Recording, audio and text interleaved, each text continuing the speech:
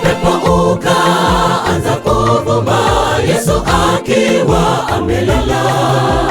Wanafunzi wakaanza kulia, e Baba, tunakufa.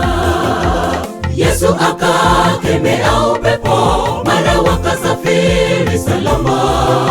Mtu wa Mungu ametembelewa nyumbani kwake, akakutwa mke wake amezeeka, akapewa ahadi, mwezi kama huu utapata mtoto.